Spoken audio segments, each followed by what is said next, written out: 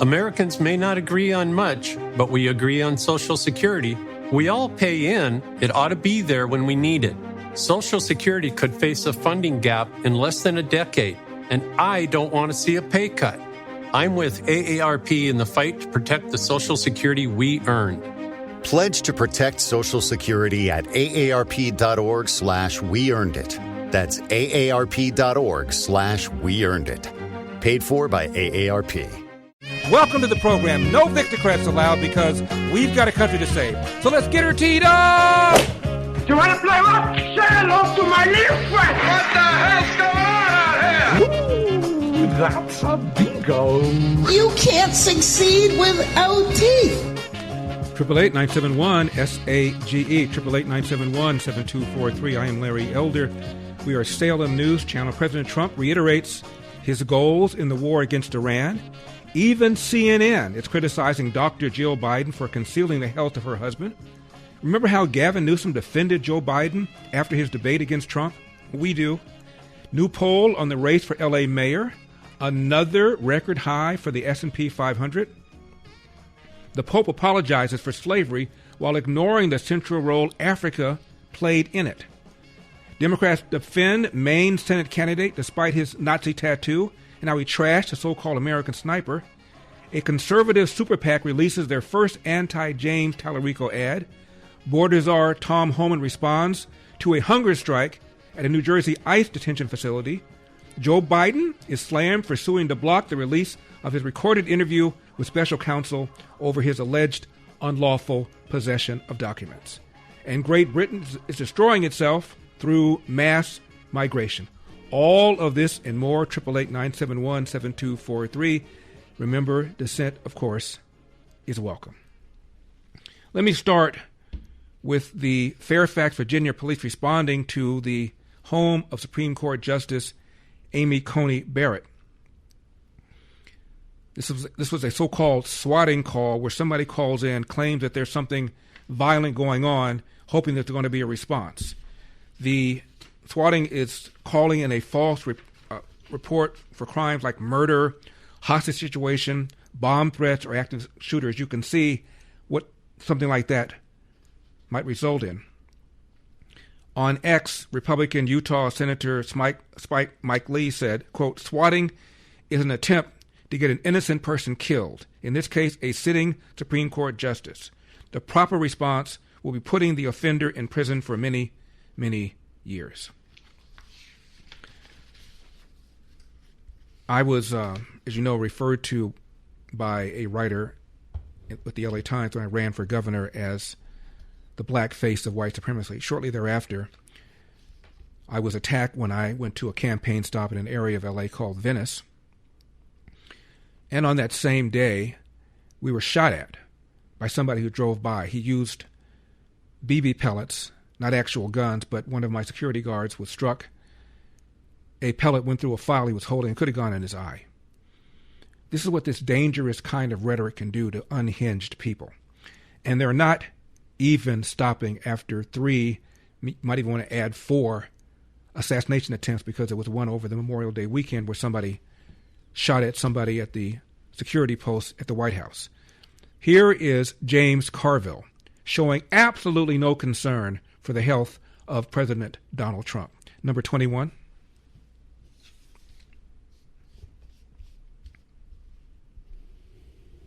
Photo on drugs in a headline. And I want you to look at it with me, and I want us to just think together how much we hate. Yeah, we hate him. And it's a refreshing but genuine visceral hatred we have. And we want him to know that. And the last thing that we should want, and the last thing I want anybody to die. Okay, that's no. I don't want him just to be alive this November. I want him to be cognizant, because I want him to know how much the American people hate his guts. Okay, that's enough. He goes on and on and on. You get the point. Here is Don Lemon, number 46. You know what, Donald Trump, you just all the way off. You what and a small-minded, small to do. Like, you have no couth. You are an immature child. You are a bigot, a racist, and a small. Yeah, I said that. Just hateful and delusional. And you have the nerve to be upset because people were critical of Charlie Kirk's, what he said when before he died, how he talked about black people and women and all, and you have the nerve to be all up in arms about that. Just all the way off. That just shows me that you were just grifting off of Charlie Kirk's death. That you don't give a about respecting someone when they die. I think you get the point. It would just seem to me, after 3 assassination attempts, maybe, just maybe, you might want to turn down the rhetoric. Can you imagine if there had been 3 assassination attempts against Barack Obama? Republicans were still denouncing him because of the Iran deal or because of Obamacare, both of which Republicans, most of them anyway, viscerally disliked.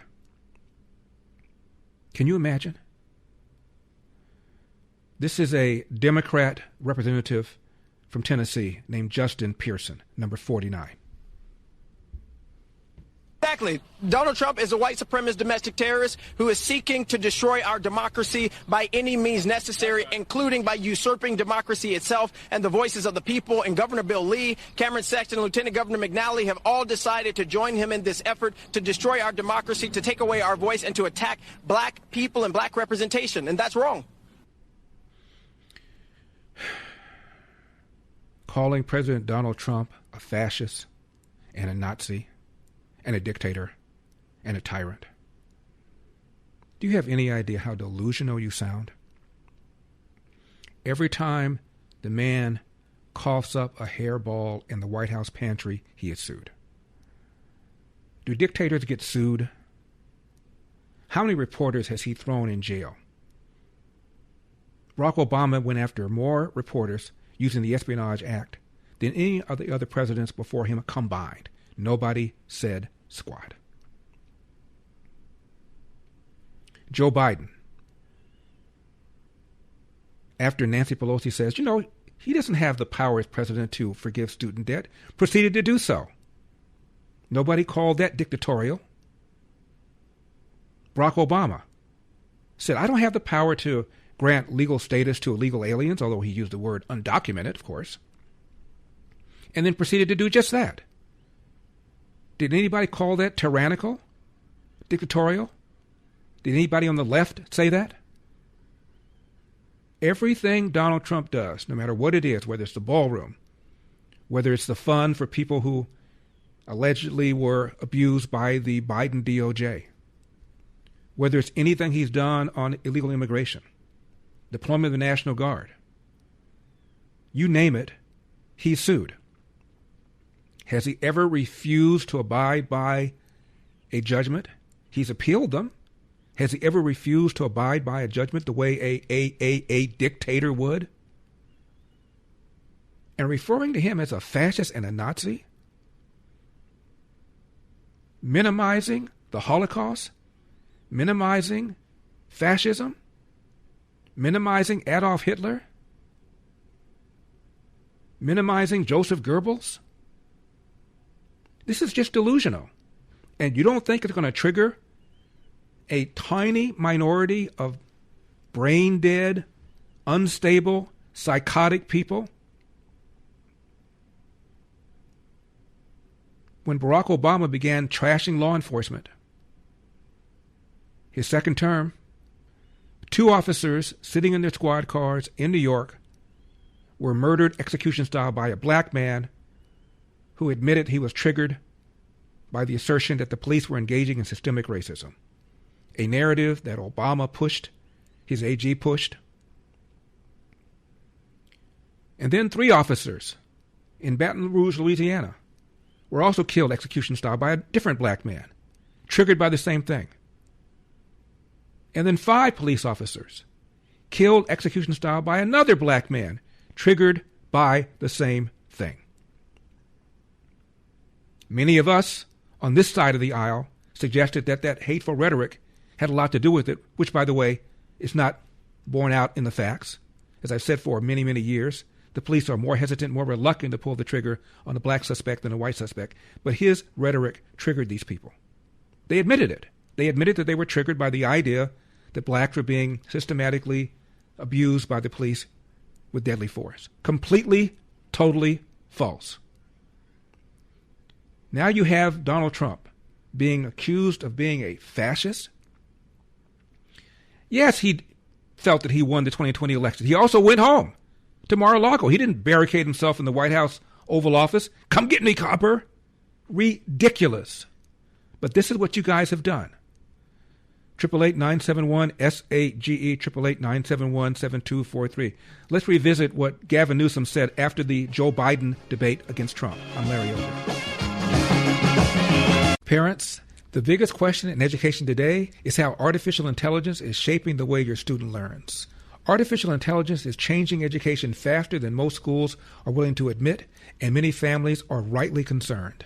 At Patrick Henry College, the goal isn't to outsource thinking to machines. It's to train students to think for themselves. PHC emphasizes a Christian liberal arts education that develops reasoning, writing, speaking, and discernment skills no algorithm can replace. Students learn to engage technology wisely, understanding its capabilities, but also its danger and limitations, rather than becoming dependent on it.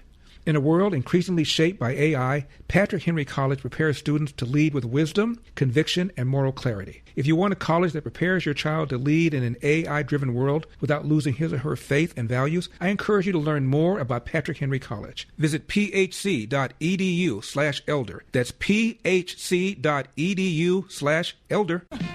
888-971-SAGE, 888-971-7243. Larry Elder, Salem News Channel. After sharing with you for a couple of weeks about my campaign to send deserving kids to Angel Tree Camp through our friends at Prison Fellowship, we're down to only a few more days for you to join us. I'm so very proud that hundreds of our listeners and viewers have stepped up to help provide scholarships for over 260 kids with a mom or dad in prison to attend an Angel Tree Camp. But we want to send many more. As Jamie, a volunteer from Angel Tree Camp, reminds you, your donation of $200, $400, or $600 to send 1, 2, or 3 kids to a full week of Angel Tree Camp, or whatever you feel led to give, at LarryElder.com can have a profound impact on a very deserving child. I believe God has an amazing heart for young ones, and we all have to come to God with childlike faith. And so if we can get these campers to camp when they're young and when they're open, and especially these campers who may be coming from hard places with special wounds and special challenges, it can put them on a life-altering path. You could be breaking generational incarceration and helping set their entire family on a different trajectory by reaching the child. That's what I mean when I tell you that gifts to an Angel Tree Camp are transforming lives with your help. LarryElder.com, Angel Tree banner at the very top, or phone in your most generous gift. I know times are hard. 888-206-2855. That's 888-206-2855. But either way, please hurry, because Angel Tree Camp will open in just a few days. LarryElder.com, Angel Tree banner at the very top, 888-206-2855. One more thing about swatting the home of Associate Justice Amy Coney Barrett. We talked about how the Supreme Court is viewed as this contentious place where they're engaging in a food fight. About half the decisions are unanimous. I repeat, almost half the decisions are unanimous, including a few that recently were handed down. This one was over pension plans, multi-employer pension plans. I won't bore you with the details. But Justice Ketanji Brown Jackson wrote the opinion 9-0. 9-0. And this was just a couple weeks ago. Supreme Court ruled against a law that banned so-called conversion therapy for LGBTQ plus kids in Colorado. A Christian counselor argued that she should be able to talk these kids into converting from their sexual orientation. The Supreme Court ruled against a law banning so-called conversion therapy 8-1. So the idea that there's McCoys and the Hatfields in the Supreme Court building in Washington, D.C. is just completely, totally untrue. At least half the decisions are unanimous. Many more are 8-1 or 7-2. So calm down. On the Iran war, President Trump said they thought they were going to outweight me. They thought they were going to use the midterms against me. Here's what he said about that, number 37. Yeah, I don't think they have a choice. They're just going back to the internet because they're getting clobbered. Their economy is in free fall. They have 250% inflation. Their money has no value. Their whole economic system is broken down. They thought they were going to outweight me. You know, we'll outweight him. He's got the midterms. I don't care about the midterms. Look what happened last night. That was the prelude to the midterms. People understand it. They know that. Very simple. Iran cannot have a nuclear weapon. Cannot have a nuclear weapon. That's why we're here. Other presidents kicked the can down the road. President Trump stomped on it. Here's Marco Rubio, number 28. First of all, the bottom line is Iran's never going to have a nuclear weapon. And if recent events have done anything, is just remind us once again that they are the world's leading sponsor of terrorism. And they can never have a nuclear weapon. Now, the president's preference, Mr. President, your preference is told us repeatedly, is always to negotiate these things and to figure out if you can have agreements. Diplomacy is always the first option. And we continue to work on that through your envoys, Mr. Witkoff and Kushner and others, the vice president, who've been very involved. And if there's an agreement to be made, we want that to be made. I think there's been some progress and some interest, and we'll see over the next few hours and days whether progress could be made. I just want to remind everybody, Mr. President, you know this well, you have other options available to you if that doesn't work. But the bottom line is that we prefer the negotiated diplomatic route, and we're going to give it every chance to succeed. I know you're giving it every chance to succeed, Mr. President. But here's the bottom line, because I keep getting asked, what is this all about? It's very simple. Iran and these people in charge of Iran can never have a nuclear weapon, and they will never have a nuclear weapon, and they most certainly will not have one as long as you're President of the United States. On that point, it's very clear. I say again, Iran's principal hole card is not the Strait of Hormuz. It's the Democrat left that hates Donald Trump's guts and wants to see him fail no matter what. This is Senator Chris Van Hollen from Maryland. Remember when he was defending Abrego Garcia, called him a Maryland man? Listen to this, number 24. Look, Lindsey Graham, Mike Pompeo, and all of these folks have a different objective than, I believe, the president, although we also don't know the president's objective. But they, like Prime Minister Netanyahu, want to see total chaos in Iran. I mean, their objective from the beginning has been regime change, and we know of all the, possible ideas that they had in terms of enlisting the Kurds to go into Iran. Yep. And, of course, that's not happened. We have an even more militarized, more militant, more radical regime right now. And so I think what Lindsey Graham and Prime Minister Netanyahu are doing are just trying to screw up any kind of agreement, even if it's a face-saving, especially if it's a face-saving agreement to just get out of there, which we should have done a long time ago. Notice he said that Pompeo, Lindsey Graham, they have a different agenda than what the president has, even though we don't know what the president's agenda is. How do you know they have a different agenda then? Here's President Trump, number 25.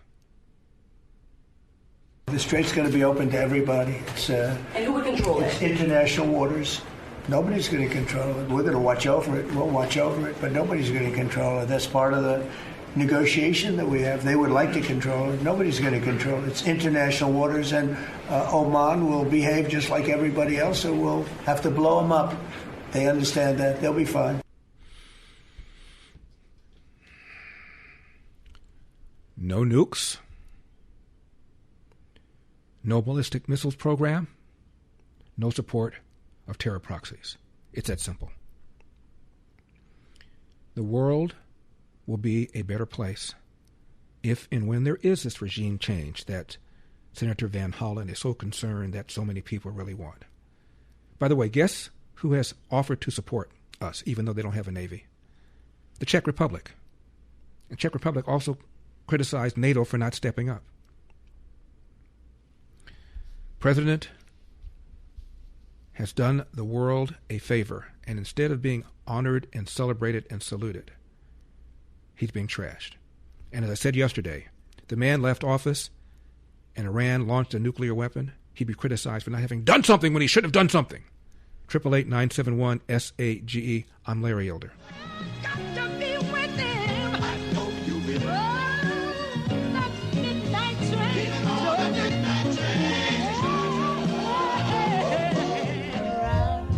Triple 888-971-SAGE, 888-971-7243. I am Larry Elder.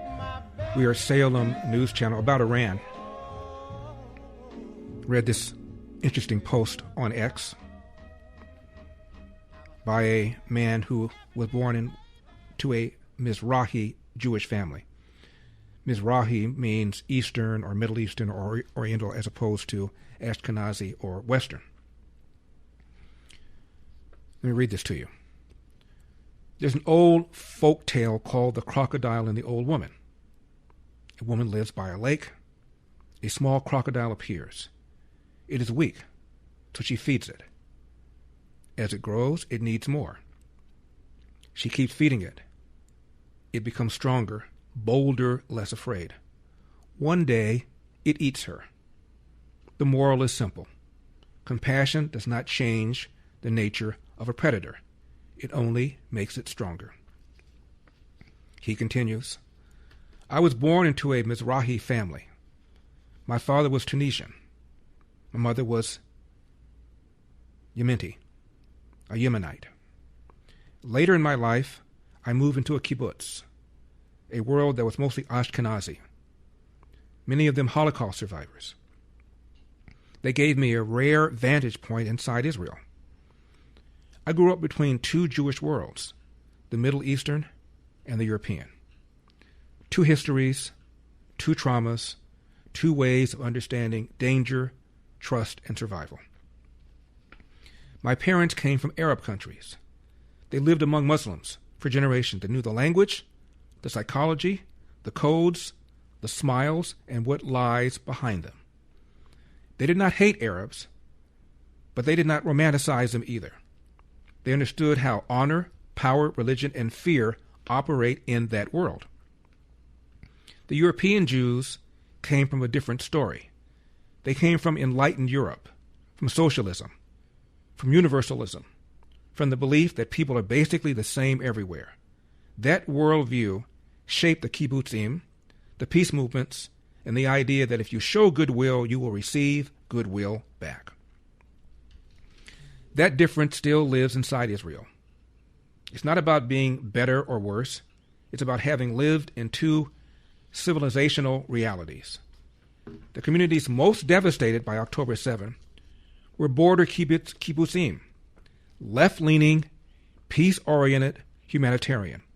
These were the people who drove Gazans to Israeli hospitals, raised money for them, gave them work, created joint projects. They believed they were building bridges. They believed goodwill would be returned with goodwill.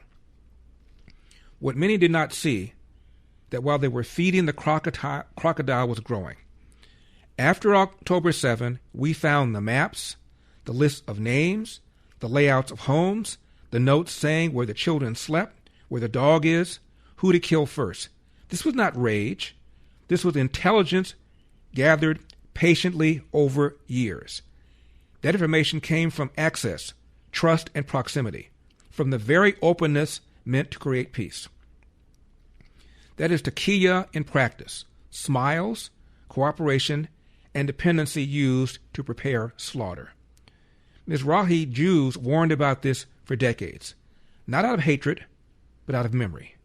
They knew that in the Middle East, power is respected, not goodwill. Weakness is not met with compassion, it is exploited. October 7 forced even the most idealistic Israelis to confront this. Many of the same people who once believed in absolute coexistence now say they no longer trust what stands across the fence. The crocodile showed its teeth. What worries me now is not only Israel, it's the Jewish diaspora in the West. New York, Sydney, London, Paris. Many still see the world through European lenses. They assume that everyone plays by the same moral rules. They assume radical Islam is just another political opinion. They assume tolerance will be returned with tolerance. Meanwhile, the crocodile is swimming among them. You see it in the street intimidation, the open calls for violence, the mobs, the targeting of Jewish neighborhoods and institutions. You see it in the politicians who appease it for votes, whether it's Mamdani in New York or the mayor of London. You see it even among Jews who believe they are being virtuous while helping empower something that despises them. The old woman thought she was being kind. In truth, she was feeding her own executioner. I am not claiming absolute truth. I am sharing what a Mizrahi child raised among Ashkenazim learned by standing in both worlds. October 7 was not just an attack. It was a revelation of what happens when you mistake a crocodile for a neighbor. Maybe it's time in Israel and in the diaspora to stop feeding it. I'm Larry Elder. Need a helping hand, yeah, yeah. So back this train up. That's all you gotta do now. Oh, and by the way, Larry, if you want to be factual, which I know is a big stretch, but go back a few months, or about 4 months ago, and Trump is on talking about his ballroom, that any kind of money or security, none of that would be paid for by taxpayers' money. And by the way, the ballroom is way over budget. This great man who knows things, didn't he file bankruptcy 6 times, Larry? Do you have a comment about that? Be kind and gentle with Mark.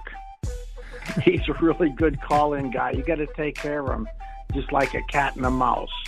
Thank you. Bless you. Have a good day. 888-971-SAGE, 888-971-7243. I am Larry Elder, Salem News Channel. Mark, I know you're listening. You always are, and I appreciate that. I think the ballroom thing is trivial. I couldn't care less whether or not taxpayers pay for it or whether or not donors pay for it.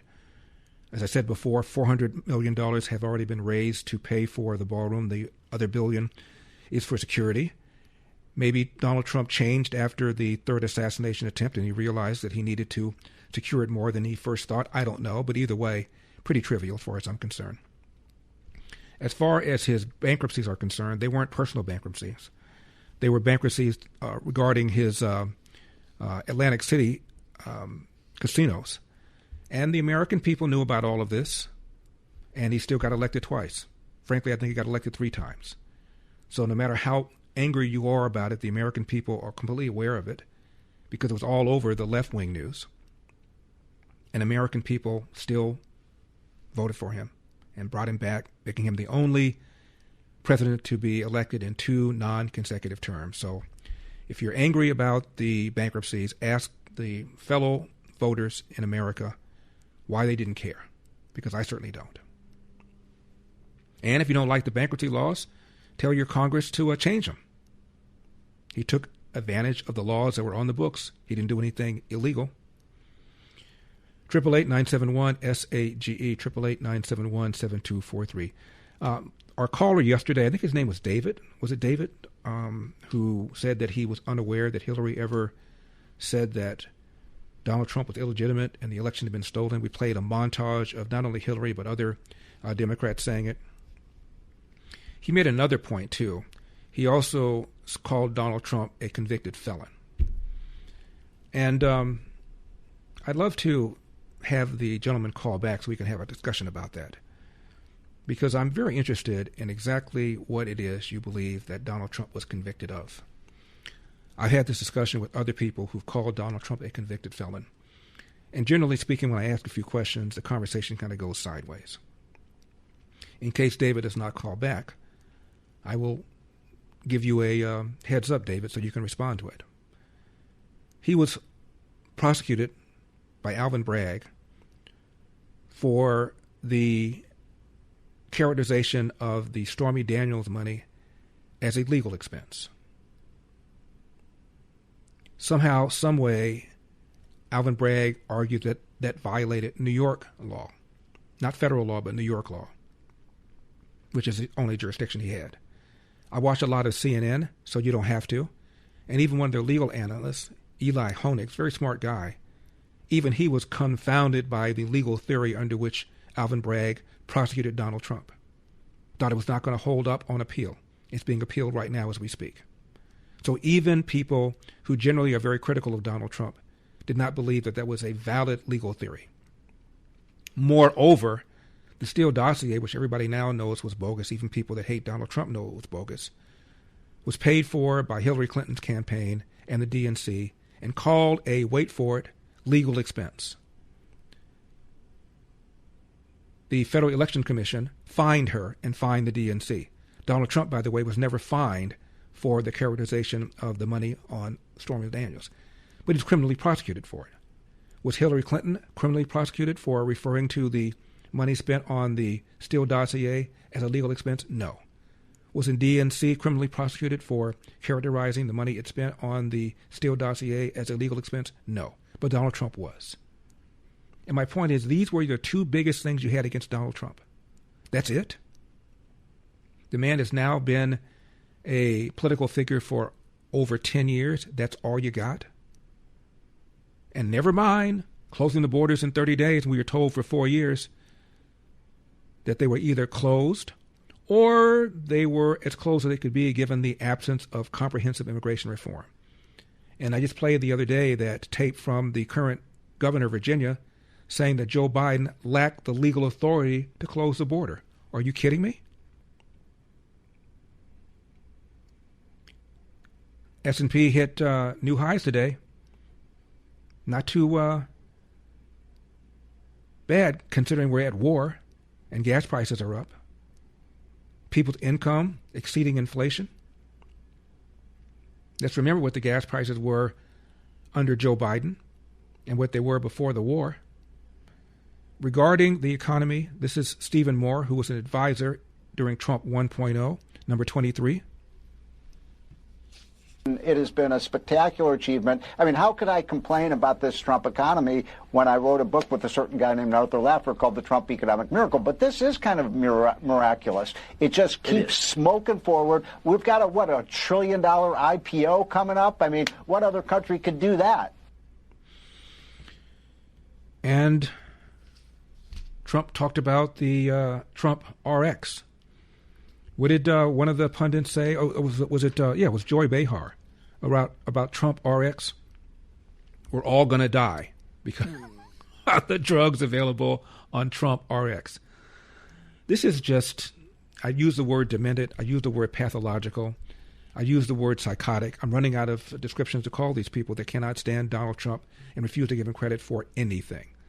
What in the event that there is a deal where Iran renounces its desire for a nuclear weapon and allows 24/7 no-knock inspections, renounces its missile program, renounces its support for terror proxies, and of course the Strait of Hormuz is open, and the price of oil declines precipitously.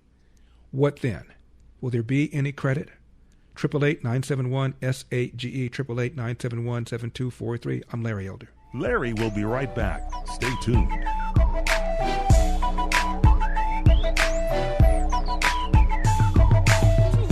888-971-SAGE, 888-971-7243. I am Larry Elder. We are Salem News Channel coming up.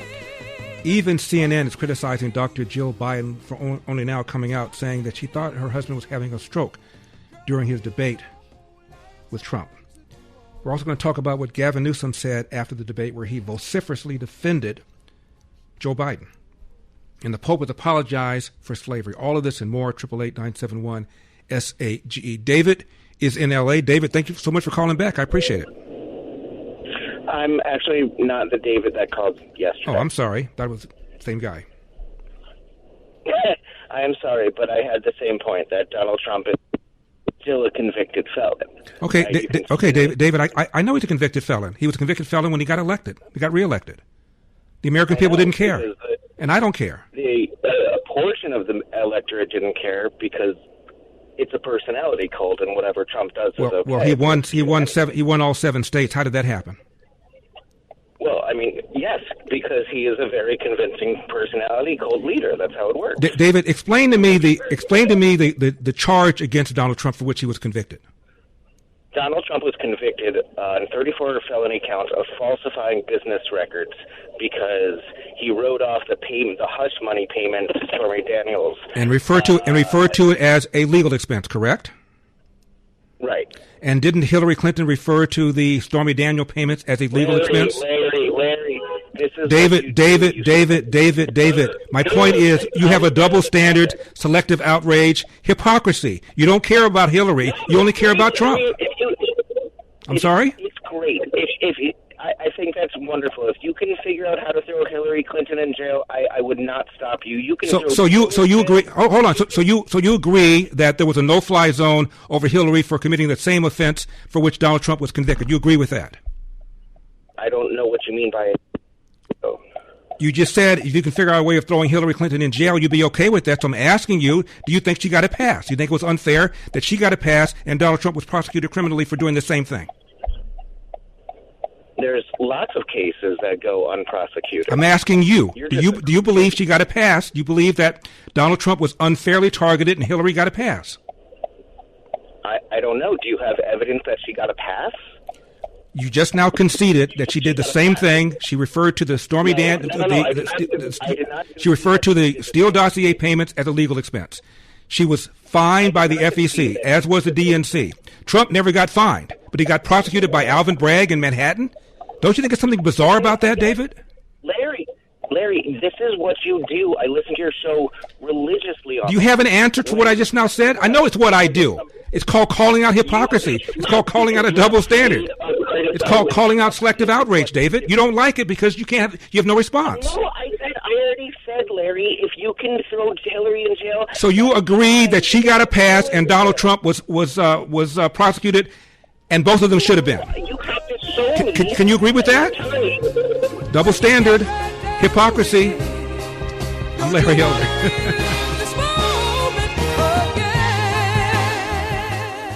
So let's get her teed up. You want to play what? Say hello to my little friend. What the hell's going on out here? Ooh, that's a bingo. You can't succeed without teeth. 888-971-SAGE, 888-971-7243. I am Larry Elder. We are Salem News Channel. In addition to CNN's legal analysts saying that the whole theory on which Alvin Bragg brought the trial against Donald Trump was convoluted and suspect, after Trump's conviction, the same legal analysts also questioned whether or not Trump had a legal solid basis to appeal. And he said that he did. Can you play that? Ellie, in the New York criminal case, how much of a chance do you think Trump's legal team has in succeeding entirely just based on the immunity argument, like this needs to go away?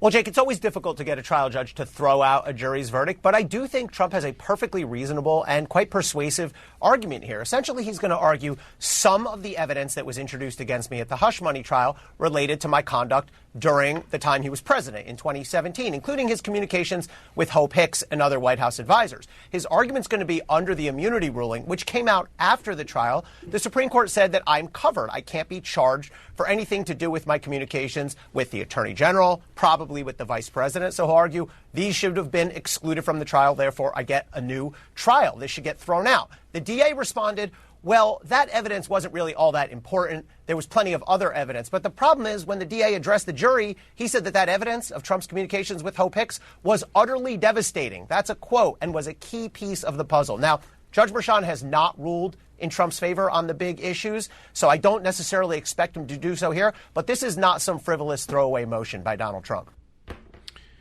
Just something to think about, David 1 and David 2. 888-971-SAGE, 888-971-7243. Let's move on. Dr. Jill Biden is now coming forward and saying, during the debate, she thought Joe was having a stroke, which raises a question, doesn't it? You think your husband's having a stroke during the debate, and you allow the debate to continue? You don't ask for medical assistance ASAP? She now says, well, he had never done this before or since. Number 39.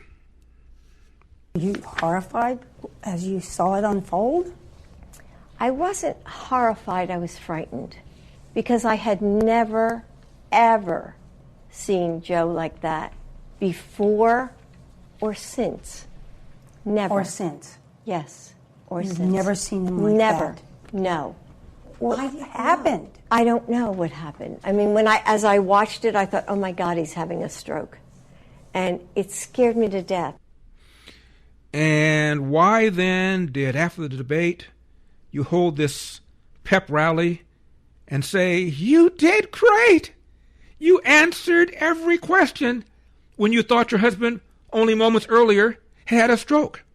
Weren't you concerned that he needed medical attention? That wasn't asked. Here's what Dr. Jill said shortly after the debate. Number 40.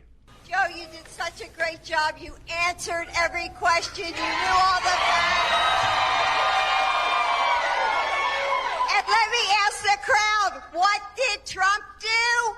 Lied! Yes. You remember this moment during the debate, number 41? And I'm going to continue to move until we get the total ban on the total initiative relative to what we're going to do with more Border Patrol and more asylum officers. President Trump? I really don't know what he said at the end of that sentence. I don't think he knows what he said either. Look. Now, this is Gavin Newsom, right after the debate, where it was clear that Joe Biden did not know where he was. And his campaign for re-election was effectively over that night. But not to Gavin Newsom, number 42. My colleague Alex Wagner is standing by right now with California Governor Biden surrogate Gavin Newsom. Alex, I cannot wait for this conversation. Well, neither can I. Well, you guys can't see it, but there like all of Trump's shortlist VP nominees are walking around on the ground. Nobody wants to talk to them. It was like human piranhas descending on the governor after the end of this debate. Governor, what was your reaction to what we saw on screen? Well, I thought on the substance, he won the debate. I'm old school. I'm old-fashioned. That's what matters to me. I thought the lies, I was taking notes about all the lies. I ran out of paper. Donald Trump, no accountability on those lies, talking down the American economy, talking down our democracy. That was alarming.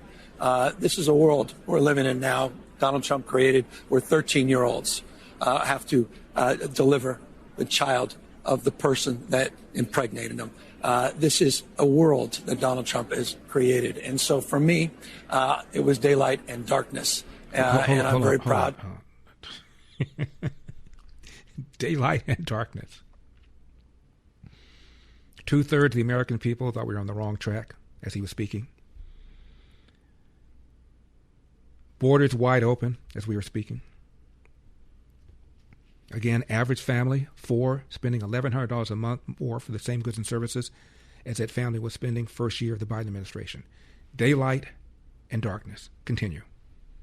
Of the president's record, and I'm very proud for his vision of the future. I mean, let's talk about the substance, though, because I feel like on the signature issue that Democrats have, which is abortion, the president's response was garbled and undirected at best. Yeah. Do you feel like he did what he needed to do on an issue that could motivate voters in the polls? I think it's significantly insignificant because it's de minimis because the American people have made up their mind. It's significantly insignificant? I don't think I've ever heard that term before. Significantly insignificant. De minimis. Is that Latin? Response was garbled and undirected at best. Yeah. Do you feel like he did what he needed to do on an issue that could motivate voters in the polls? I think it's significantly insignificant because it's de minimis because the American people have made up their mind. They don't support the policies of Donald Trump. They certainly don't support his policies or his assertion somehow the American people always wanted this to be states' rights, which was laughable and absurd. So from that perspective, I don't think that will matter. You saw it in all the elections since Dobbs, where Democrats are overperforming. We keep winning, and we have to keep our mind. So I think for all of us, by the way, he's referring to the Dobbs decision that overturned Roe v. Wade, that put the matter back to the states where it was until 1973. And somehow, some way, our republic is surviving. California has a certain view. Other states have another view. Somehow, some way, the republic has survived. Continue. And do more. We have the opportunity to turn the page. We have the opportunity to put our heads down. We have the opportunity to universally have the back of this president who's had our back. You don't turn your back. You go home with the one that brought you to the dance. 100% all in. And I was very, very proud that he was able to. You go to the one that you brought to the dance. He have his back, 100% all in. When people say that about Donald Trump, what do they say? It sounds like a cult. A cult of personality. He had our back. Let's have his back. 100%. We're all in. It doesn't matter how you performed in that debate.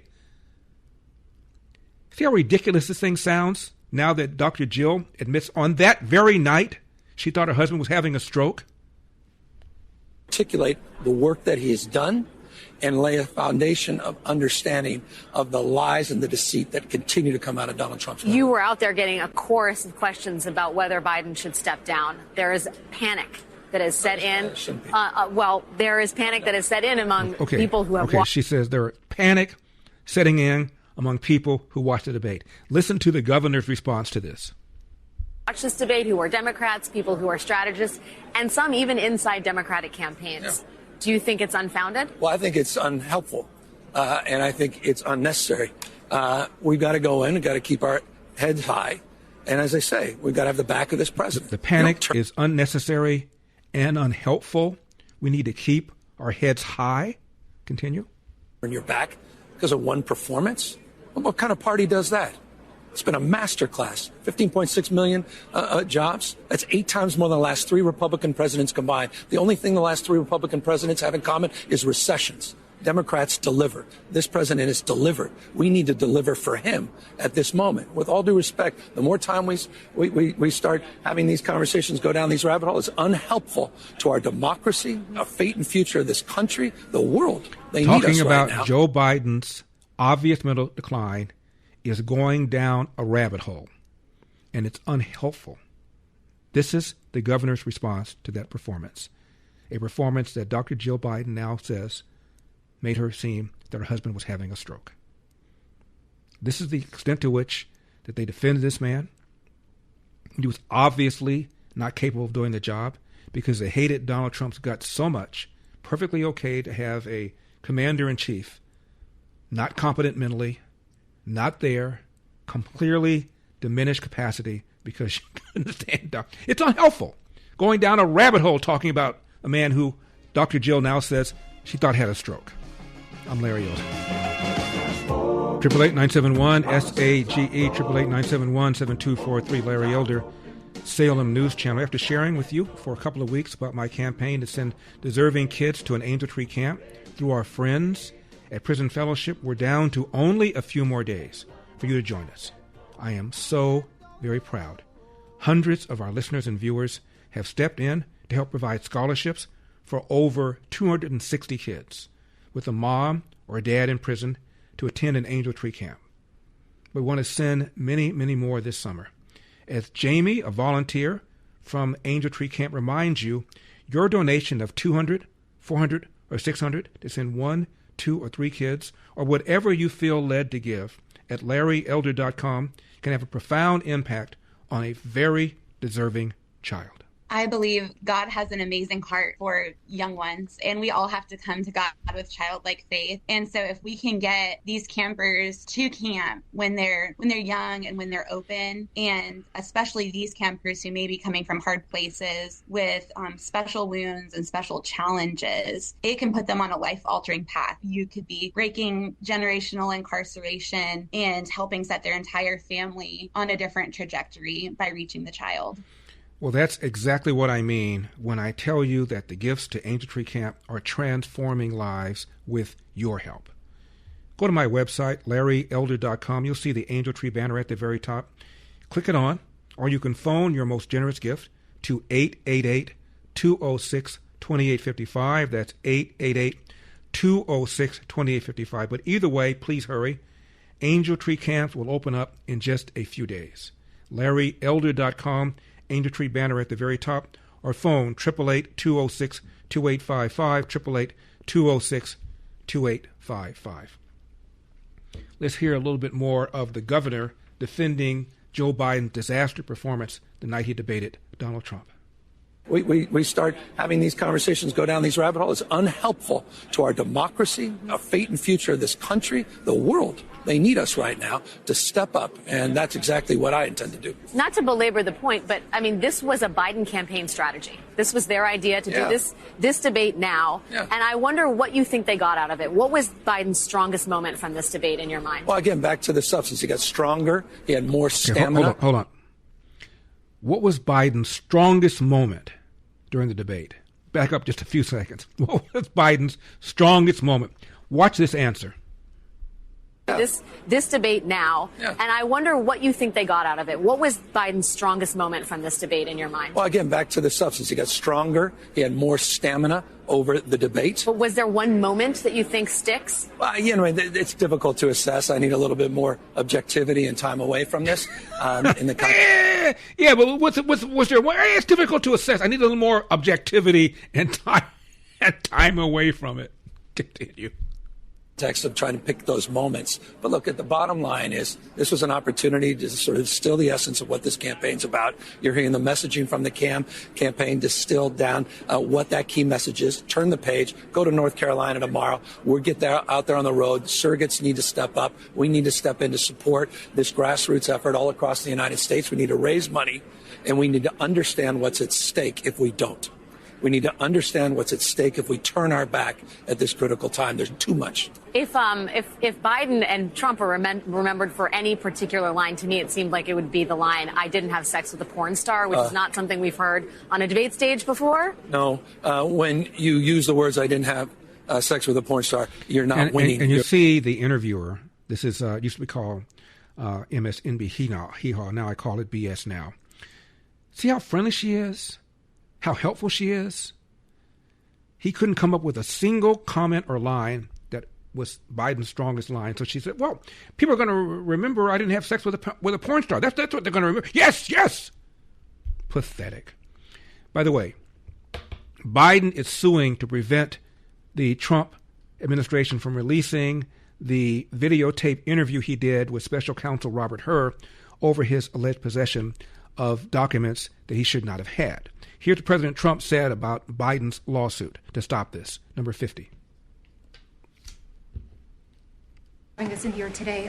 What are your thoughts? Why do you think that Joe Biden is trying to sue the Department of Justice, former President Joe Biden, to have his tapes that he did interviews on blocked from the American people hearing them?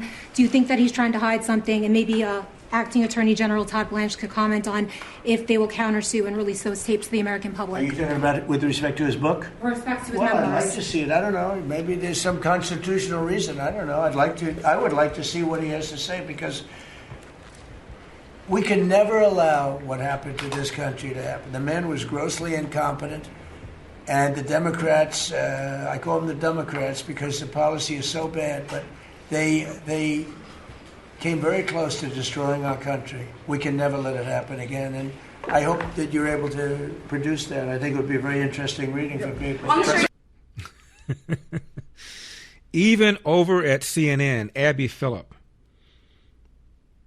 on Dr. Joe Biden now coming forward saying that she thought her husband was having a stroke.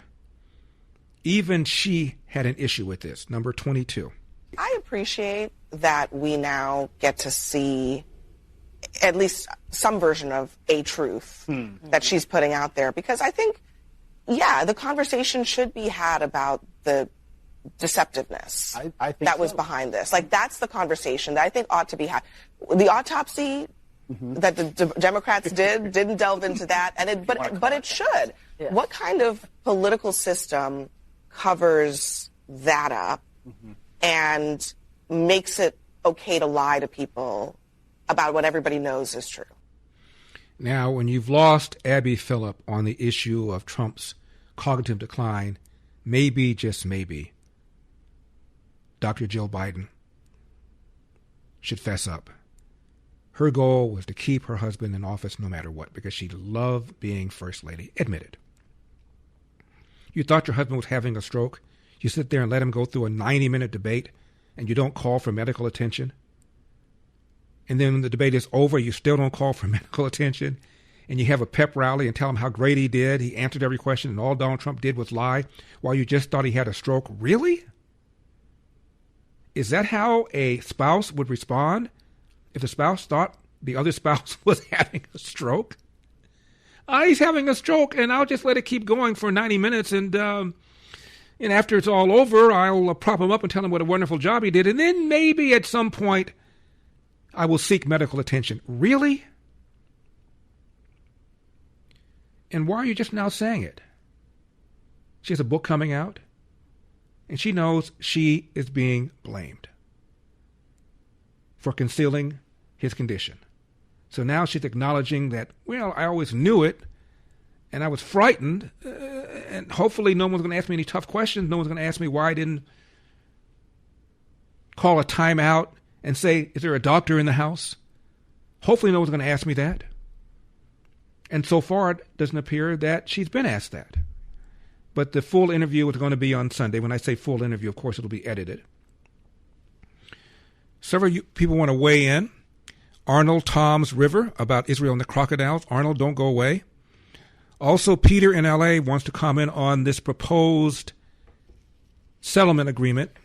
We don't know the details, which is why I haven't gone into it. But anything short of what I said, no nukes, no missiles, no terror proxies. I'm Larry Elder.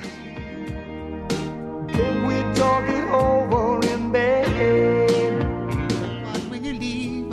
888-971-SAGE, 888-971-7243. I am Larry Elder. We are Salem News Channel. Peter is in Los Angeles. Peter, you're on the Larry Elder Show. Thank you so much for calling. I appreciate it. Hi, Larry. How you doing? I'm doing well. How are you? Excellent. Thank you. Listen, I don't know why Trump is even contemplating this idea. I mean, you can't trust Iran to allow inspections. You're never going to be able to allow them. Does he really believe that? I mean, how are you going to ensure that they're complying? Well, that's why you have to have what are called no-knock inspections, meaning you can go anywhere at any time, 24/7, use your intelligence, and if you feel there's something gone wrong, send in people to check it. That's the only way to do it. And in the Iran deal, one of the many reasons I opposed it is because it allowed them to be notified. I forget how much time that they had, and they can move stuff around. Either way, but what are you going to do 2 months from now when you want to inspect something and they say no, you come back? Are you going to start bombing again? The answer is yes. You start bombing again. I think even Peter, an even bigger question is, but you're right, if there is some sort of deal like this, what happens when the next president comes in if the next president is a Democrat like Joe Biden? That's the problem. That's why I hope that Donald Trump's real objective from the beginning was regime change. You can't say it out loud because of Iraq and Afghanistan. It's now become a four-letter word. But I hope that was and remains his ultimate objection, because that's the only real way we're going to be able to deal with this. You cannot trust them. Me too. I agree that it should be regime change. Yeah. Mm-hmm. Definitely. Yeah, the only way you're going to get that. And the idea that he gave a deadline and said that there are going to be no boots on the ground, I think those are all things I would not have said if I were commander-in-chief. I understand why he's saying it. I hope that he retains flexibility and does what he needs to do. He says he's going to do what he needs to do. But as far as I'm concerned, you can't put a time limit on it. You can't say I'm not going to send boots on the ground. You can't say there won't be any regime change. You cannot trust them. They are liars. They want to destroy us. They believe that the 12th Imam is somehow going to come down and the whole world eventually will be Islamic. That's what these people believe. Indeed. And listen, one other quick question. Why is the price of gas so high? I thought we were energy independent now. Why aren't we pumping our own oil into our own country? Well, because oil is an international commodity, like gold, international commodity. The question is, what about our supply? We have a supply, so we're not worried about running out. But the price of oil is a price that's fixed on the world market. That's why it's higher. But it's also much higher here in California where you and I live because of all these environmental regulations. That's why you can get the same company selling it in a red state for $2 less than what we're paying for here in California. That's true. Nice talking to you, Larry. You too, Peter. Thank you so much for the call. Appreciate it.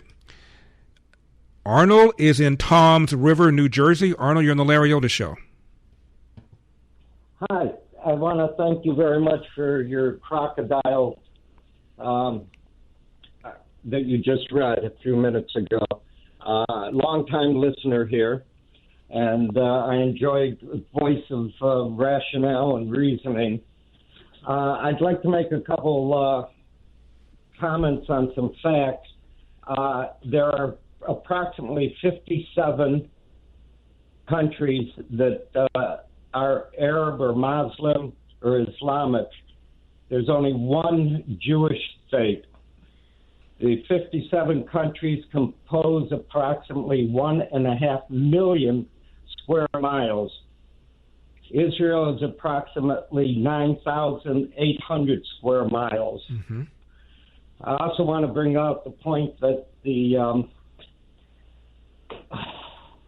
hold on a second. The point that Israel, for many years, their main export was farm technology, helping to feed millions of people around the world. Another fact that isn't brought out much is out of 970 approximately Nobel Prizes given out, 220 of them have been to Jewish people. Mm-hmm. And I really appreciate. By the way, Arnold, how many of them do you think have gone to Arabs and Muslims? 3 if you count Arafat. Yeah, it's about 15, and most of those were peace prizes. So think about that. Okay. Yeah. Counting Arafat, yes. And we know how peaceful he was. Right. He was a terrorist. Tom, Arnold, thank you very much for the call. I really do appreciate it. We're also going to be talking about the Pope apologizing for slavery and a anti-James Tallarico super PAC has put out its first anti-Tallarico ad. All of this and more. We're also going to get into fraud if we have time to do so. 888-971-SAGE, 888-971-7243. The Pope apologizing for slavery without mentioning the central role Africa played in slavery. Without Africa, there would have been no transatlantic slave trade or Arab slave trade. Oh, very young, what will you leave us this time?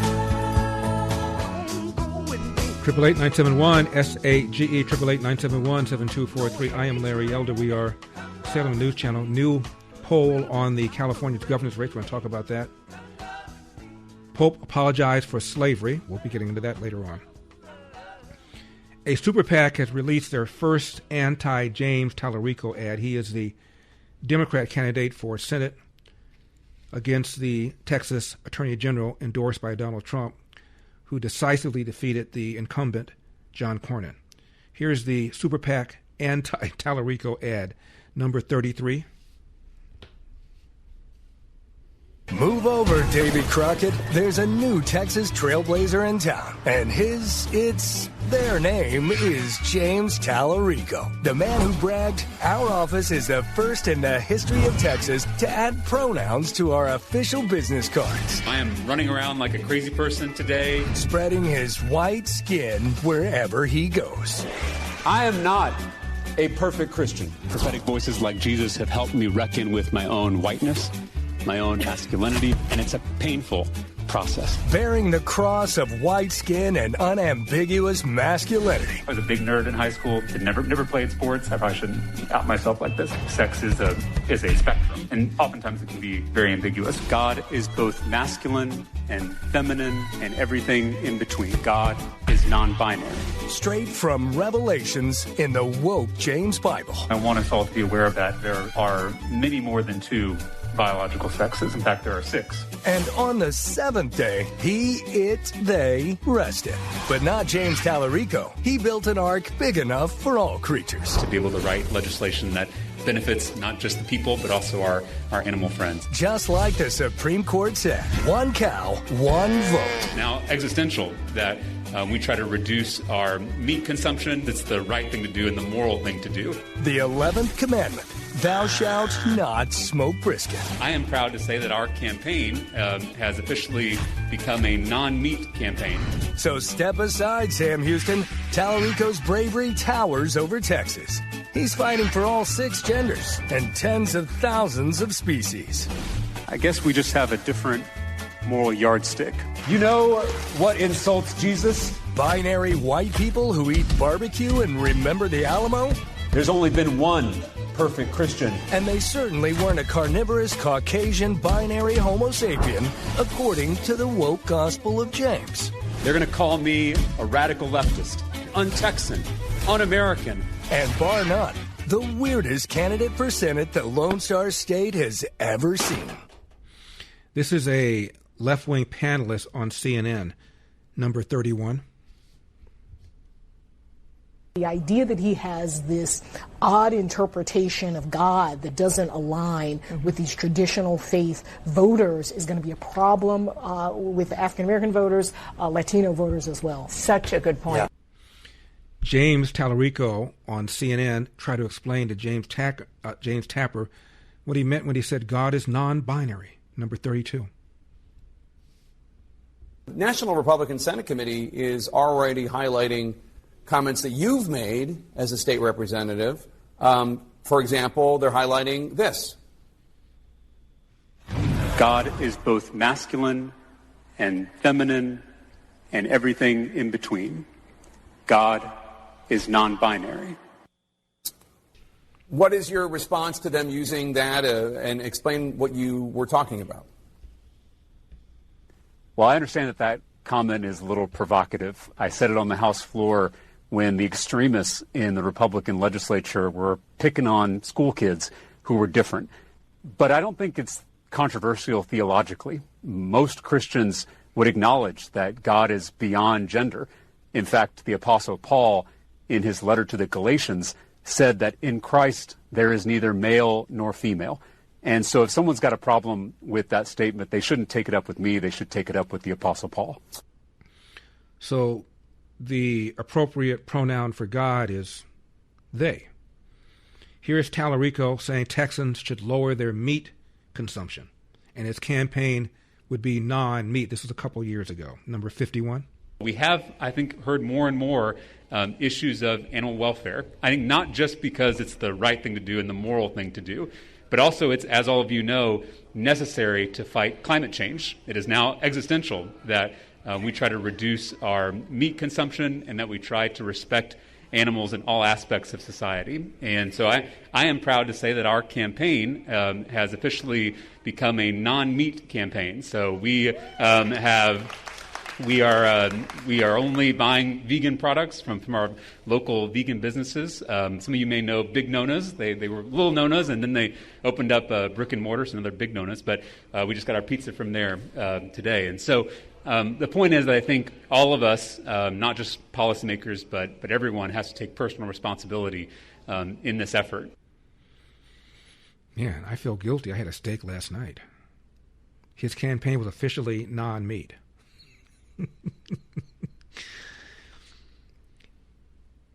Trump's 2024 director talked about how Democrats have been gerrymandering for a very long time, and only now are Republicans getting into the game. Number 17. There was a ruling not many weeks ago from the U.S. Supreme Court on Calais versus Louisiana, which is a landmark Supreme Court case that was about interpreting Section 2 of the Voting Rights Act. And the ruling came down and basically said you cannot racially gerrymander districts, which has been going on for a long time in this country. They've been gerrymandering based on race. And that is something that the Democrats have done with the purpose of putting Democrats in power. They've been doing it for a very long time. As I mentioned before, in 2017, Eric Holder set up a committee to go around the country advising states on how they can use race to create majority-minority districts. Supreme Court says you can't do that. Now all of a sudden, it's Jim Crow 2.0. Byron Donalds on Democrats, number 8. The fact that you have Democrat senators who want to stop the United States government and stop President Trump from doing what he can to help free Cuba from more than 60 years of totalitarianism and a dictatorship. But then the same Democrats will come here and lecture everybody in America about how they're the only ones that stand for freedom, that stand for democracy. Give me a break. They're lying. But this isn't new. They lie about this stuff all the time. 888-971-SAGE, 888-971-7243. Do not leave town.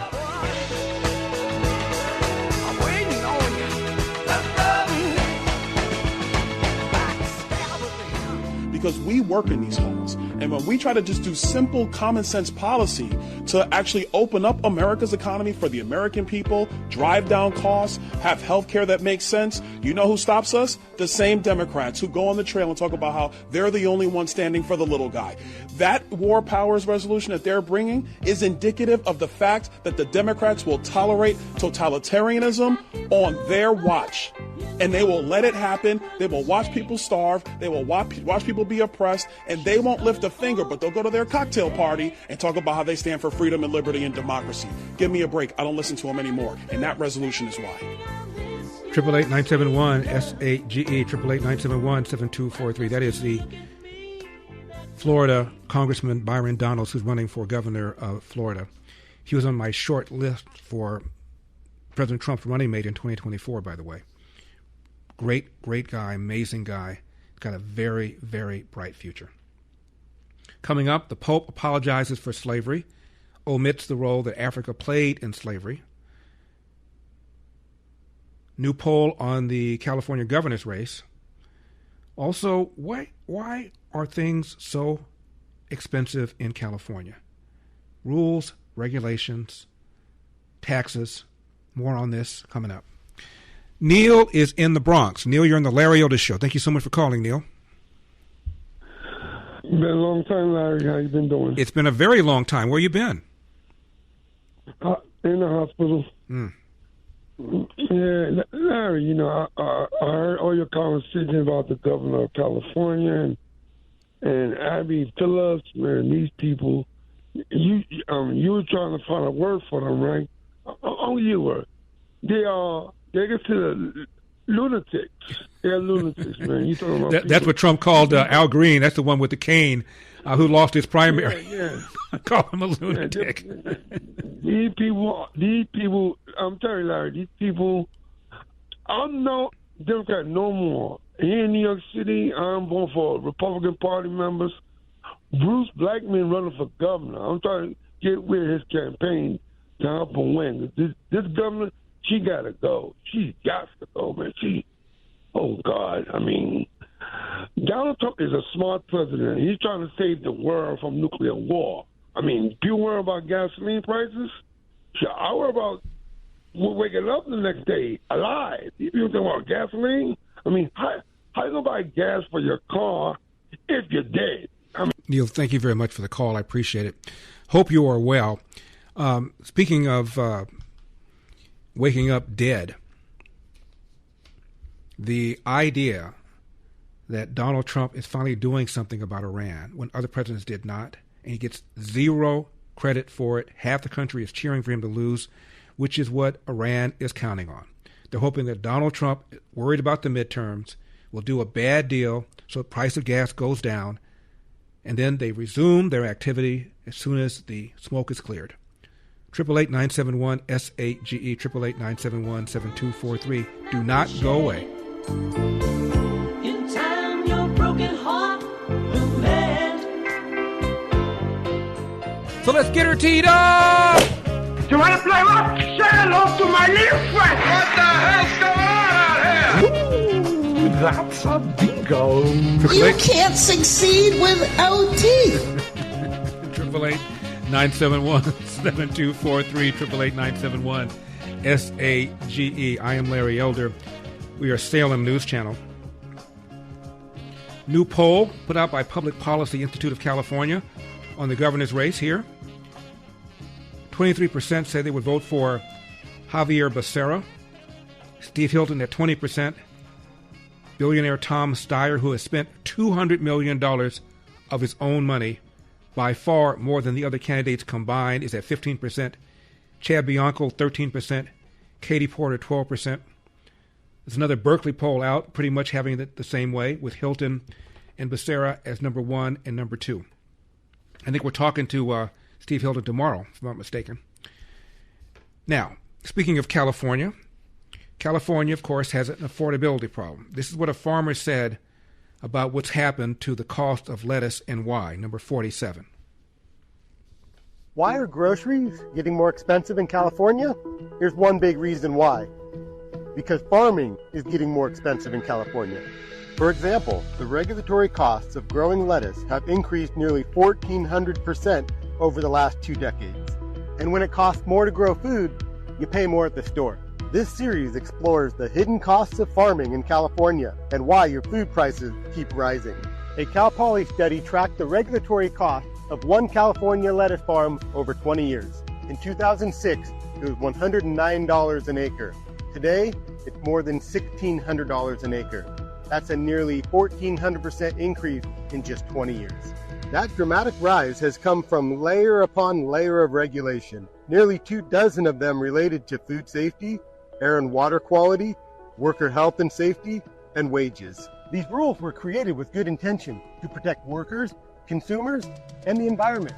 But when you stack one rule on top of another, the cumulative costs start piling up. And eventually, these costs show up in the grocery aisle. Good policy protects people and the planet. Smart policy protects the farms that grow our food. It's time for a more balanced regulatory approach. This is California. Now, as to the governor's race, one poll shows that the mayor, Spencer Pratt, and the Democrat socialists are pretty much neck and neck. Samuel Jackson has come out and endorsed Mayor Bass, number 18. These are the times we need someone who understands government, who also understands the needs of the people. Someone who will go in the streets and gather the people together, not someone who will divide them. Karen Bass is that person. Karen Bass for mayor. Someone who will go in the streets and gather people together. Magic Johnson also is endorsing Karen Bass, number 20. The reason I'm supporting Mayor Bass, first of all, I go back with her probably 30 years. She sustained the first ever consecutive decrease in homelessness. Homicide rate is down. New housing units, 40,000. I mean, she's doing a tremendous job. Mayor Bass has to have a second term, and I'm excited to say that. All right. Thank you so much. I so appreciate that. Well, you know. The mayor just happened to be there. It's just amazing. He's talking about her, and she just happened to be there. Now, aside from Donald Trump, is there a more hated member of his administration than Stephen Miller, number 15? I think you can all agree that this is the fastest in history that a government task force has traveled from creation to action. Your typical lead time is going to be a year of meetings before anything happens, and that's if you're lucky. And within weeks of this task force being established, we've seen the largest ever slate of indictments, recovered funds, search warrants, raids, seizures, investigations, and new legal actions to stop, disrupt, and prevent fraud. What we've learned, which is not surprising to those of us who've spent some time in this area, is that fraud is every bit as bad as President Trump said it was, and even worse. He talked about Somali fraud, number 16. We don't check as a country if you even have kids. The fact is basic as that. We don't even check if you even have children. You will just start getting the checks. And so what's happened to our country is we became a society, as you've seen with the Somali refugee problem in Minnesota, where you have a large number of people that are not following the honor system. They're not playing by the rules. They're not abiding by our laws. And the amount that has been fleeced from us is in the hundreds of billions of dollars. I believe, based on what I've seen and what I've heard, is that we could balance the federal budget if the only dollars that went out of the Treasury went to individuals who were properly, lawfully, correctly eligible to receive them. And that ultimately is going to be what we have to do as a country. In the meantime, because of the Vice President's leadership, you are seeing the most muscular, robust, aggressive, dedicated, determined, and speedy effort to shut down criminal fraud that has not only ever occurred in the history of this country, but in any developed nation. Here's what the President said about Somali fraud, number 36. And, if he does really great, we'll have a balanced budget without having to do anything. This is the kind of money they stole. They're crooks. They're thieves. And I hope that Todd is going to do a real job. These are crooked people. These are thieves. This isn't like a mistake. We're just talking about one person. He got hundreds of thousands, millions of dollars for securing one man, for taking care of one elderly man. He was a service. He got paid millions of dollars for taking care of one man. Total crook. They're all crooks. The Somalians, what they've done to Minnesota, the Somalians, they're crooked as hell. Ilhan Omar, crooked as hell. They're all crooks. And we got them. We got them. Now we're putting the clamps on. But boy, I tell you, that's an impressive group of guys that you have behind you. I was watching that, and a couple of very strong women, too. But I was watching that last night. I said, I'm proud of you guys. Trump talks about J.D. Vance leading the anti-fraud task force, number 34. Under the leadership of Vice President J.D. Vance, very proud of this. The White House task force to eliminate fraud is waging war on waste, fraud, theft, and abuse like nobody's ever seen before. He looks like Elliot Ness. Do you ever see Elliot Ness? I'm telling you, the guys that are up there with all central casting, they're standing behind. What a group of people. No, it looks like a movie. I'm going to make a movie out of it, I think. And they're finding billions and billions and billions of dollars. And I just said, that's good. He said, you haven't seen anything yet. Just said that. Near the end of the Biden administration, $2 billion almost went to Stacey Abrams, number 48. This is but one. I don't know what's happened with it, but I think you're looking at it. I know Lee was involved in it environmentally. And Stacey Abrams was given $2 billion for an account that had $103 in it, an environmental fraud, I guess. And she had $103 in this newly opened account. And before leaving business, they put $2 billion into the account. And they had no reason for existence. They were unable to say what they did with it. $2 billion. Lee, do you want to just mention something about that? Well, thanks to your leadership, Mr. President, that was canceled. And they no longer have access to that $2 billion. They won like hell. They wanted that money. Go ahead. In fact, it was over $29 billion that it's now been canceled at EPA. You told us to make it a priority. Now this happened as soon as you came in. After the election, before your inauguration, they were caught on video saying that they were rushing to get billions of dollars out the door before you're swearing in because they were afraid that once you were sworn in, you were going to stop it. Well, that part, they were right. We did. Yeah, we did. Good job. And we're happy to do it, Mr. President. And, the Department of Justice under Todd Blanche's leadership, they just secured another big win in the appeals court on some recently canceled grants for different agencies. So great attorneys making sure that this accountability is delivered over the finish line. It's been a great team effort. And Lee Zeldin said they tried to rush billions of dollars out the door before President Trump got sworn in for Trump 2.0. Number 27. Over $29 billion that have now been canceled at EPA. You told us to make it a priority. This happened as soon as you came in. After the election, before your inauguration, they were caught on video saying that they were rushing to get billions of dollars out the door before you're swearing in because they were afraid that once you were sworn in, you were going to stop it. Well, that part, they were right. We did. Yeah, we did. And we're happy to do it, Mr. President. And the Department of Justice under Todd Blanche's leadership, they just secured another big win in the appeals court on some recently canceled grants for different agencies. So great attorneys. We're going to talk about Todd Blanche's leadership on fraud and also the Pope apologizing for slavery. 888-971-SAGE. I am Larry Elder. Do not retap. 888-971-SAGE. 888-971-7243. I am Larry Elder. We are Salem News Channel. This came from Colorado Springs. Sir, you've mentioned several times that Donald Trump is the only president to serve 2 non-consecutive terms. I believe Grover Cleveland did as well. He ran 3 terms in a row, losing the second term like Trump. Well, if I said that, I misspoke. I know that Trump is the second president to serve non-consecutive terms. I think you heard me say he's the only other one to do it. If I didn't say that, of course I should have. Thank you very much for the correction. Assuming I deserved the correction, I don't think I did. Now, after sharing with you for a couple of weeks about my campaign to send deserving kids to Angel Tree Camp through our friends at Prison Fellowship, we're down to only a few more days for you to join us. I am so proud. Hundreds of listeners and viewers have stepped up to help provide scholarships for over 260 kids with a mom or dad in prison to attend an Angel Tree Camp this summer.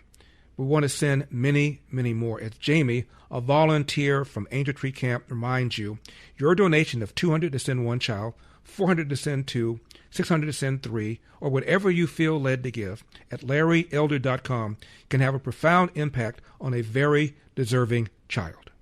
I believe God has an amazing heart for young ones, and we all have to come to God with childlike faith. And so if we can get these campers to camp when they're young and when they're open, and especially these campers who may be coming from hard places with special wounds and special challenges, it can put them on a life-altering path. You could be breaking generational incarceration and helping set their entire family on a different trajectory by reaching the child. And that's exactly what I mean when I tell you that gifts to Angel Tree Camp are transforming lives with your help. Again, LarryElder.com. You'll see the Angel Tree banner at the very top. Click it on, or you can phone your generous gift to 888-206-2855. That's 888-206-2855. Either way, please hurry. Angel Tree Camp will open up literally in just a few days.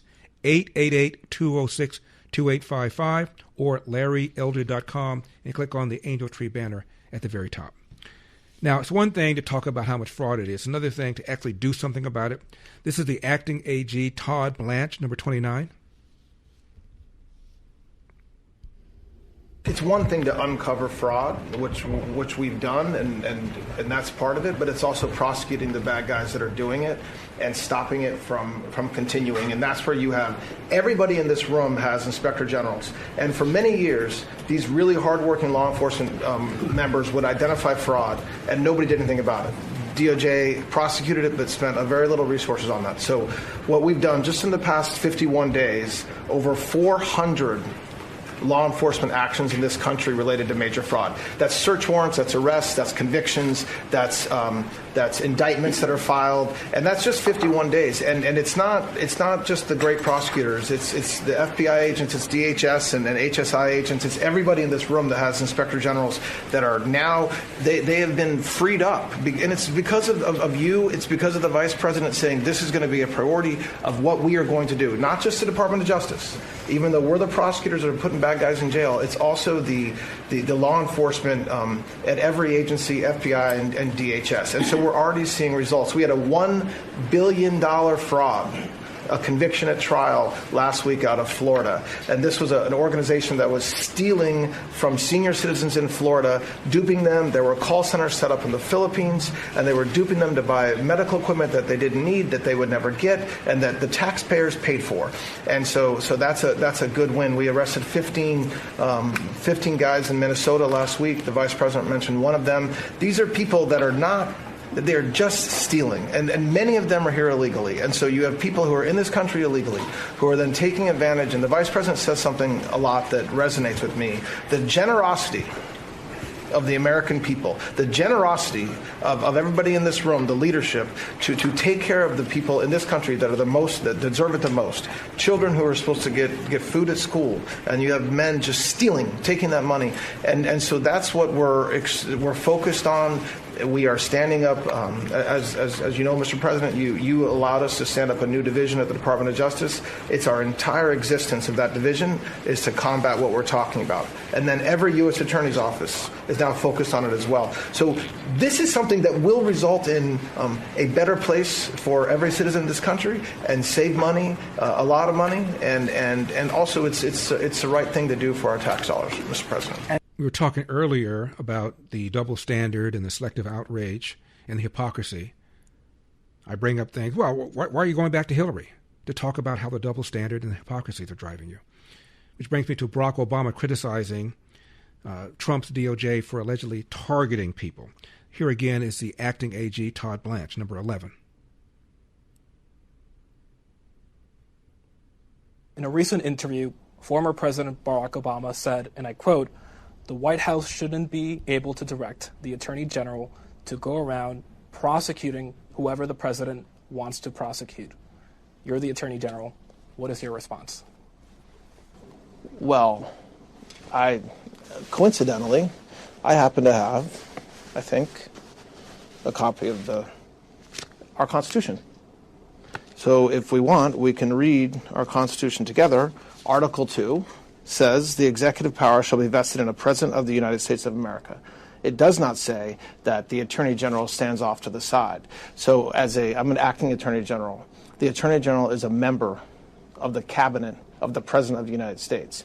The Constitution gives the President power. So I question people in this country that suggest that President Trump, as the chief executive of the United States, does not have the authority or the right or shouldn't be leading this country in all areas, including what we need to be doing to get rid of crime in this country.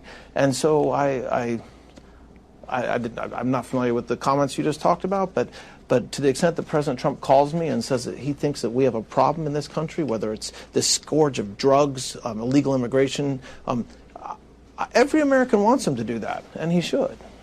But the accusation here from the former president is that your department is now charging political adversaries of the president or perceived political adversaries of the president on his behalf to settle scores, essentially. There's something extraordinarily rich about a Democrat suggesting that this administration is charging our political adversaries. I mean, first of all, we're not.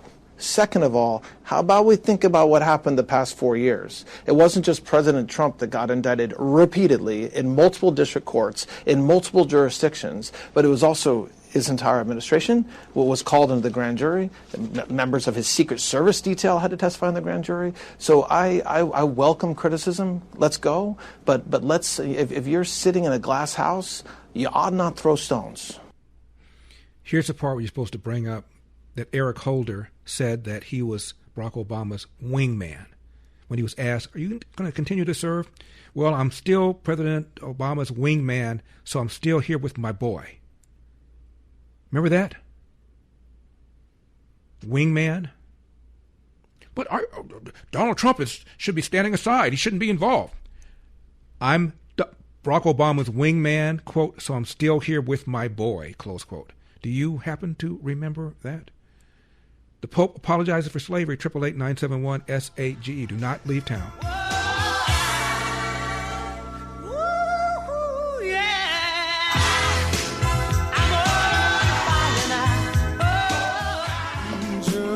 Triple 8-971-SAGE, 888-971-7243. I am Larry Elder. We are Salem News Channel. This is an article from America, the Jesuit Review. Headline: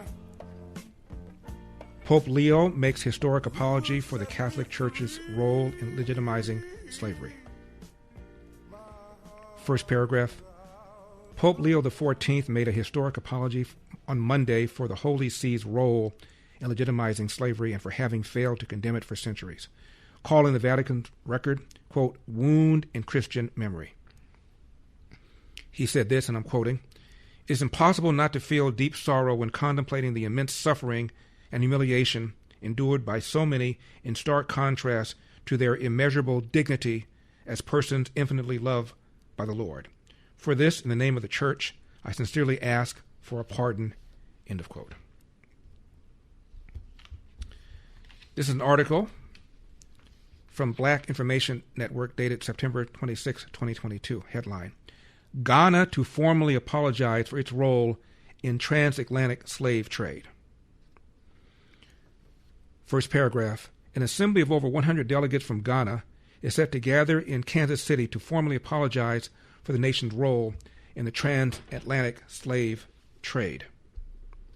1998, President of Uganda said, quote, "I don't have time for diversion or rubbish. African chiefs were the ones waging war on each other and capturing their own people and selling them. If anyone should apologize, it should be the African chiefs. We still have those traitors here today. The black traitors, they are a big problem of Africa in the past and now," end of quote. He said that in 1998. This is an African writer named Tanyi Anawa, number 43. Black people sold black people, white people just paid for it.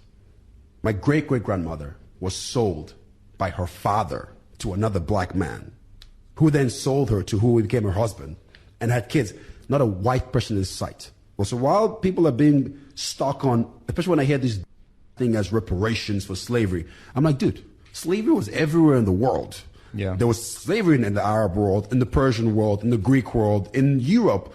White, blonde, blue-eyed Polish people were slaves to Germans. White, blonde, blue-eyed Germans. So what are you talking about? Like slavery is something that only black... You guys play too much respect to racism. Yeah. If we were all white or we were all black, we're still going to discriminate against each other. You know what we discriminate against? Eye color. Thank you very much. It's human nature. It's human nature. Yeah. We'll find something, oh, your ear is too big. I tell people, as long as you're a competition, you're a threat. And as long as you're a threat, somebody will try to do something to remove you. It doesn't matter if you're white or black. And on the opposite side, as long as you can add value, doesn't matter if you're black or if you're white, you will be appreciated or recognized.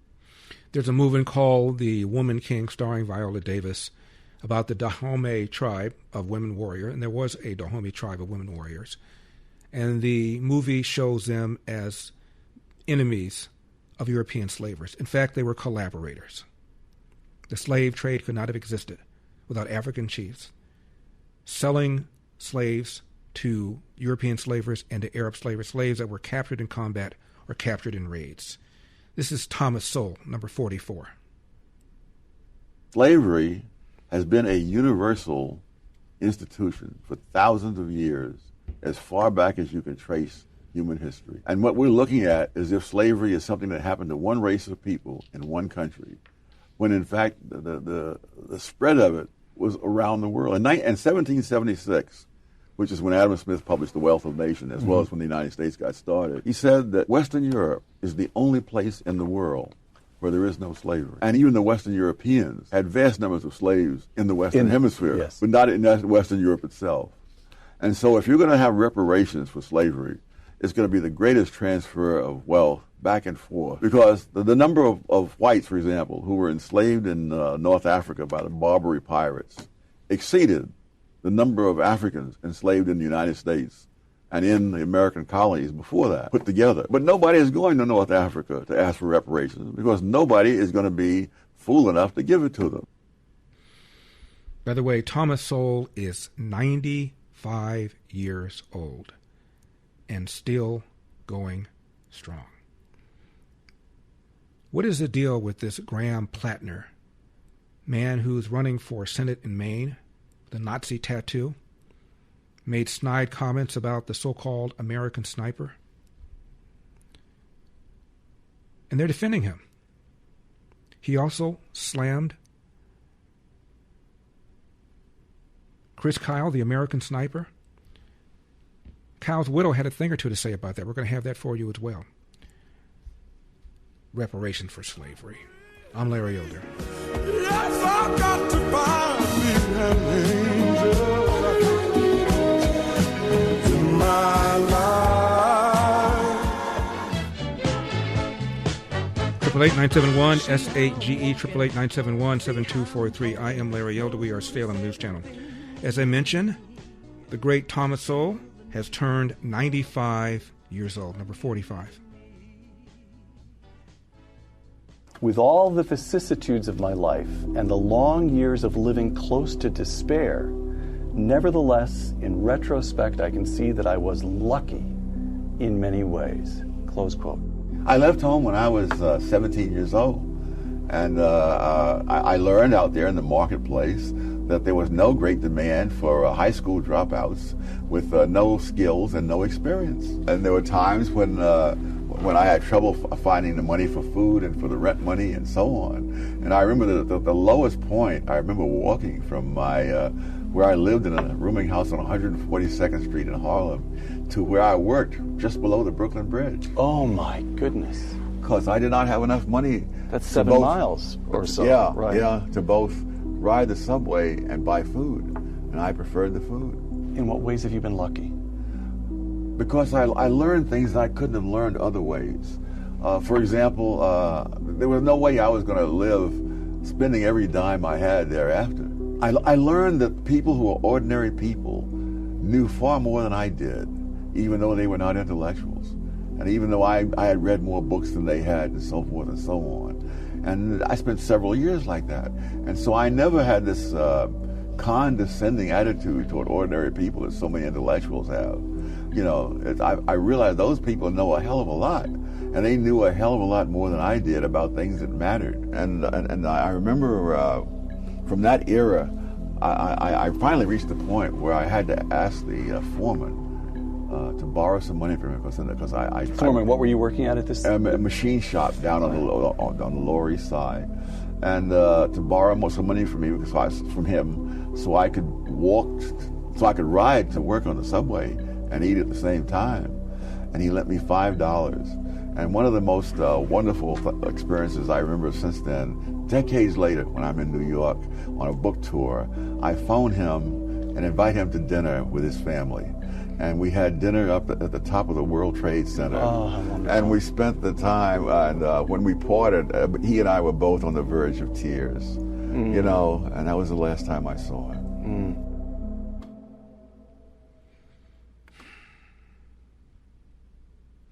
I received a letter from Tom Sowell after an appearance I did, I believe, on Fox. And probably the most flattering thing anybody ever said to me, other than something my mom and my dad said. He said, as somebody once said about Willie Mays, another routine, spectacular play. Fox News on this Maine Senate candidate, Graham Plattner, the one with the Nazi tattoo, number 6. Good evening, Brett. Yes, Oysterman, self-proclaimed foe of the oligarchy and a Marine, Army, and veteran himself. Graham Plattner's latest resurfaced post slamming a fellow service member have his opponents calling him unhinged.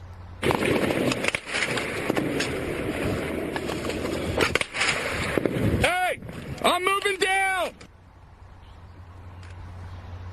Plattner's post from 7 years ago is about this dramatic video from the helmet cam of Private First Class Ted Daniels facing off against Taliban fighters in Afghanistan in 2012. Daniels went on to receive a Purple Heart. In since-deleted Reddit posts archived by the Maine Monitor in a database, Plattner calls Daniels dumb, saying he doesn't deserve to live, and that, quote, poor marksmanship on the Taliban's part is the only reason this mouth breather made it home. Plattner's main primary opponent, the state's governor, Janet Mills, dropped out of the contest late last month, as Plattner now aims to unseat longtime Maine Senator Republican Susan Collins. A Collins campaign spokesperson calls Plattner's comments disturbing, writing in part, Every veteran who has served our country and sacrificed in uniform deserves respect. We'll leave it to Graham Plattner to explain these statements to Maine voters. And in a resurfaced podcast interview from 2024, Plattner appears to smear the late Chris Kyle, a highly decorated U.S. Navy SEAL sniper, claiming that he inflated his kill numbers. It's relatively easy to get high numbers like that if you're a little less discriminating. You're fire than, say, a more professional unit would be. We reached out to the Plattner campaign for comment and are still awaiting a response. Brett? Here is the longer clip, number 7.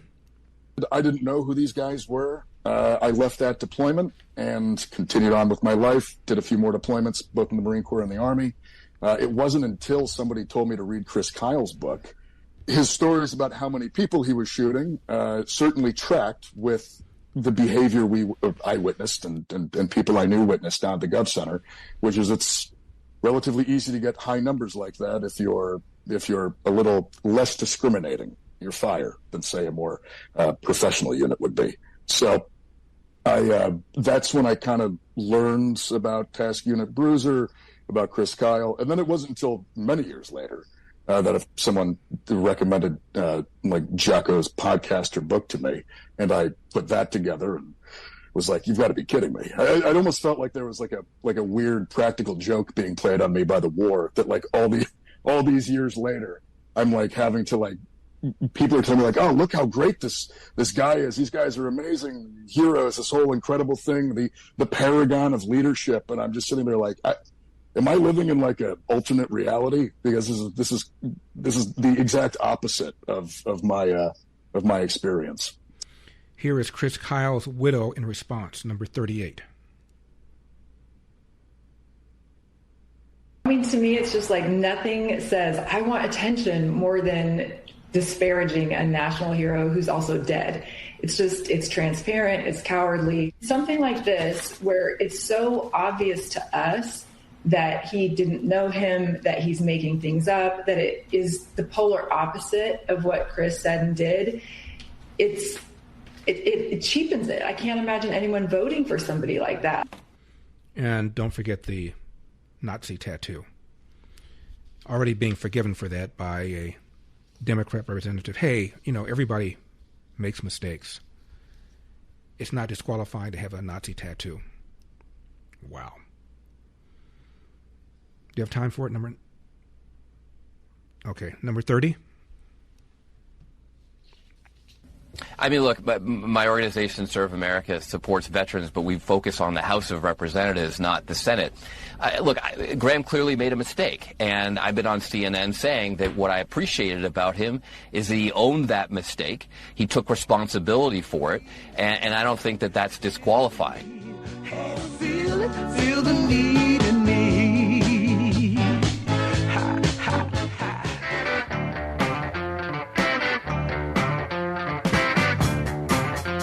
He's like said so much stuff.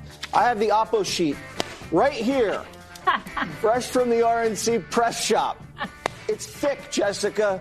I don't even have time to read it. It's just disgusting. I mean, it's even bad for me. He's like Trump. He has said so much. It's like, where do you even start? I love Trump, though. I do, but he hasn't said this stuff. This is bad, and I swear the man does not have a Nazi tattoo. I've never seen Trump naked, but that's what Democrats are going to have to start doing. Before a candidate runs, they're going to have to say strip. Because I got to know if you got a Nazi tattoo. Oh, my gosh. I liked the theatric beating of the RNC. I mean, this is the thickest jacket of Oppo I've ever seen. It's 5, and it's dense. He called Jesus a zombie. Oh. What do you mean, oh? Do you think if someone hears I'm going to get let's run him for Senate. Jesus is a zombie, run him for Senate. I think 888-971 SHGE 888-971-7243. At least he didn't say that Jesus had 6 genders. Now you already know grocery prices aren't getting any cheaper, so let me help you save money somewhere else. Right now, when you switch to Sage Wireless, I, the Great Eldersky, will pay your first month phone bill. That's right, 100% free with promo code SAGE100. Keep your phone, keep your number, get a new one, or even add a second line. You'll get reliable coverage on AT&T's same towers, just at a much more affordable price. And a portion of every bill helps support food for the poor. It's on me. Go to Sage Wireless and use code SAGE100 at checkout. That's sagewireless.com, sagewireless.com.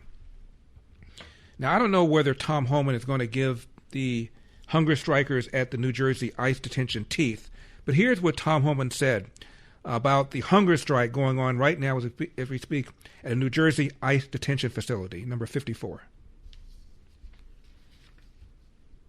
Look, I've done this since 1984. Hunger strikes never work. We're not going to change what we do because someone goes on a hunger strike. As a matter of fact, if it gets bad enough and the physicians feel like they're putting themselves in extreme danger, medical danger, then we'll force feed them. We'll get a court order and force feed them. Hunger strikes do not work. So they can put themselves in a position where they're not eating, but it's not going to cause them to be released. We are going to continue to arrest people. We'll continue to detain people. As far as complaining about ICE contract facilities, well, guess what? We're building our own warehouse facilities. We will have the federally owned detention facilities by the thousands of beds. So look for the future. And I've said from day one, we need to own more of these facilities when we operate them on federal land. And then that way we're not dealing with all this crap from the local politicians and the state and the governors, because this is a federal facility on federal land. That's the direction we need to go to, and that's the direction we're heading in. So inhumane. An illegal alien cannot succeed without teeth. See you tomorrow. God bless. What can I say? Mamba out. The mic has been dropped. All across America. That's enough. Put down the mic. The Larry Elder Show.